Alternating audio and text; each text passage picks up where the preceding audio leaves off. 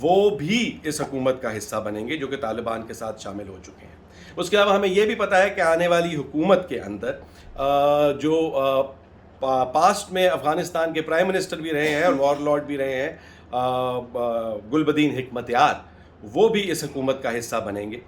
مگر حقانی اس کے باقی سارے معاملات تقریباً طے پا گئے ہیں، مگر حقانی اس کے ساتھ اور طالبان کے آپس کے معاملات کچھ طے نہیں پا رہے۔ سورسز کا کہنا یہ ہے، ہمارے جو آپ کہہ لیجئے جن سے ہم نے بات چیت کی ہے، ایک سے زیادہ لوگوں سے، ان کا کہنا یہ ہے کہ بنیادی طور پر جنرل فیض حمید جو ہیں، کیونکہ پاکستان نے پہلے بھی جب انٹرا افغانیوں کے آپسی معاملات جو پیس کے لیے ایک پولیٹیکل سیٹلمنٹ کے لیے جو کاوشیں ہو رہی تھیں اس میں کلیدی کردار ادا کیا تھا، تو اسی طرح سے پاکستان یہ ڈفرینسز بھی جو ہیں یہ ختم کر کے ایک انکلوسیو، مطلب جس میں سب لوگ ساتھ مل کر چلیں، ایسی حکومت بنانے کے لیے پاکستان جو ہے وہ اپنا کردار ادا کرنے کے لیے، اور پاکستان ان تمام معاملات کو خوش اسلوبی کے ساتھ پیسفلی طے کرنے کے حوالے سے اپنا کردار ادا کرنا چاہتا ہے۔ تو یہ ممکن ہے، عین ممکن ہے کہ وہ ڈفرینسز دور کرنے کے لیے اور وہ معاملات کو سیٹل کرنے کے لیے جنرل فیض حمید اور پاکستانی وفد ان کے ساتھ جو ہے وہ کابل گیا آج، جنہوں نے وہاں پہ جا کے ملاقات کی، مختلف لوگوں سے ملے اور معاملات کو، اب ظاہری بات ہے کوئی آفیشیل سٹیٹمنٹ تو ایز سچ اس طرح کی باتوں پر نہیں آیا کرتی، مگر چہ مگوئیاں یہی ہیں، خبر بنیادی طور پر یہاں سے یہی ہے کہ وہ اس سارے ڈفرینس کو جو ہے وہ سارٹ آؤٹ کرنے کے لیے، کیونکہ آپ کو کئی جگہ پر ایسا ہوتا ہے کہ دو پارٹیز کے بیچ میں اگر کہیں رتی برابر بھی کوئی اعتماد کا فقدان ہے تو کوئی تیسری پارٹی آ کر دونوں سائڈز کو ان کی باتوں پر آپ یہ کہہ لیجئے کہ گارنٹیز دے دیتی ہے یا ثالثی کا کردار ادا کر دیتی ہے، تو وہ معاملات خوش اسلوبی سے بہتر طور پر طے ہو جاتے ہیں۔ ابھی ہمیں یہ تو معلوم نہیں کہ پاکستان نے اس کے اوپر کو گارنٹیز دینی تھیں یا دینی ہیں یا دی ہیں یا ثالثی کے کردار ادا کیا ہے یا صرف بات چیت میڈیشن کی ہے، مگر خبر یہ ہے کہ اس حوالے سے جنرل فیض حمید اور پاکستانی وفد جو ہے وہ کردار ادا کرنے کابل میں پہنچا۔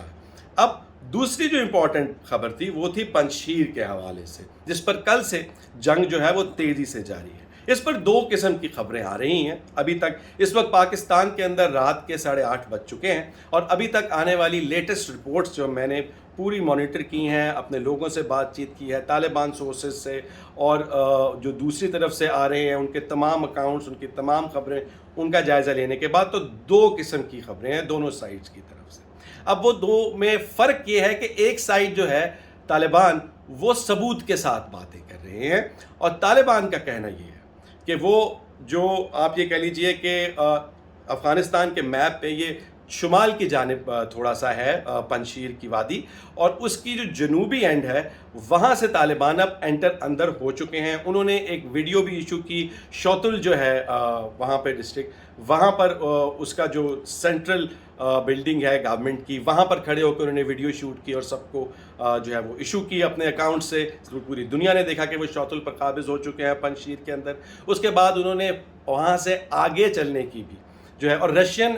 وار مانیٹرز جو ہیں جو اس طرح کی جو تمام کانفلکٹ ہے، جنگ ہے افغانستان میں، اس کا مانیٹر کرتے ہیں، ان کے مطابق اوپر سے بھی، مطلب شمال سے بھی طالبان کی جو ہے پیش رفت کافی زیادہ ہے۔ اور اس کے بعد جو طالبان کے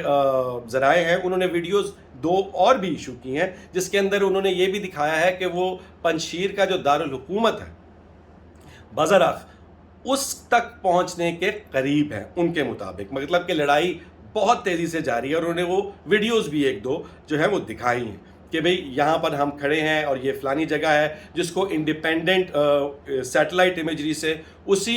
رشین وار مانیٹر نے ویریفائی بھی کیا ہے کہ یہ بات صحیح ہے۔ دوسری جانب جو پنجشیر ریزسٹنس ہے، احمد مسعود اور امر اللہ صالح جہاں آ کے بیٹھے ہوئے ہیں، وہ ان کا کہنا یہ ہے کہ جب طالبان وادی میں داخل ہوئے تو تقریباً 600 طالبان اپنی گاڑیوں کے اوپر اور اپنا سامان لے کر جو ہے مطلب جو بھی ان کا جنگی ساز و سامان تھا وہ لے کر انٹر ہوئے۔ تو ہم نے ان کے پیچھے جو پہاڑوں کے بیچ سے راستہ تھا وہاں پر دونوں سائڈوں کی پہاڑیوں کو بارود سے اڑا دیا، جس کی وجہ سے وہ ٹریپ ہو گئے ہیں، اور ہم نے کوئی تقریباً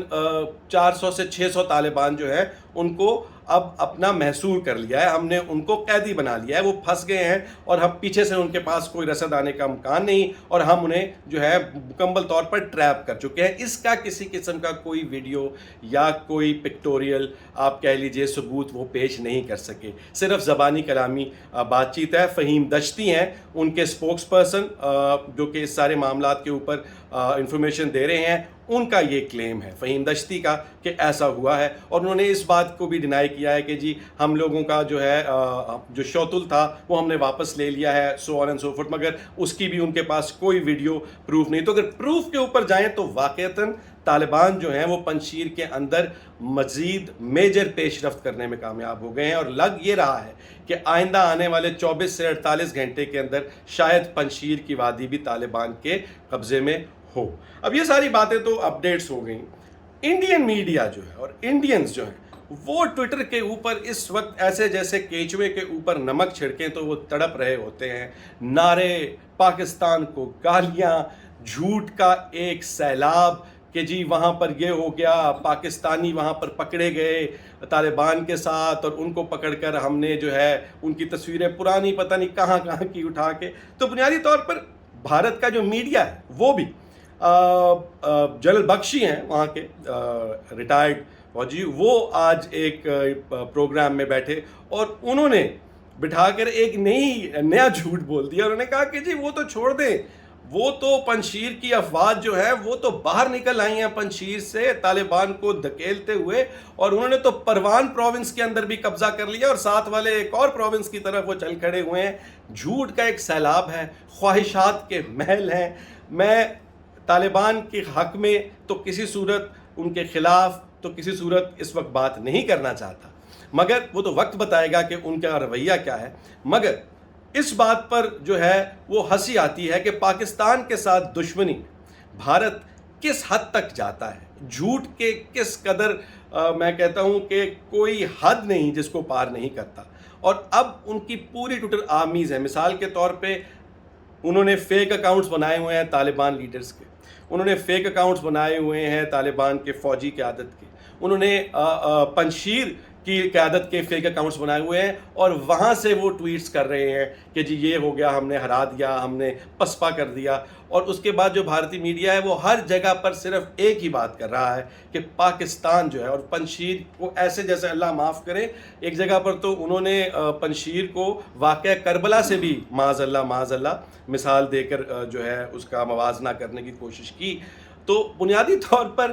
بھارت کو اپنی ہار افغانستان میں تسلیم کرنے میں ابھی بہت وقت لگے گا، کیونکہ اتنی بڑی شکست فاش شاید اس کو بہت عرصے کے بعد ہوئی ہے، جس پہ پوری دنیا کہہ رہی ہے کہ بھارت جو ہے اس کو اس طرح کی مات ہوئی ہے افغانستان میں کہ اب اس کا افغانستان میں کوئی لینا دینا شاید آنے والی کئی دہائیوں تک نہ ہو سکے۔ تو بنیادی طور پہ یہ ہیں تمام اپڈیٹس افغانستان کے حوالے سے۔ فی الحال آنے والے وقت میں پنجشیر کے حوالے سے خاص طور پہ جیسے ہی کوئی ڈیولپمنٹ ہوتی ہے تو میں آپ کو دوبارہ سے اس کے اوپر اپڈیٹ کروں گا۔ اپنا خیال کیجیے گا۔ اللہ حافظ۔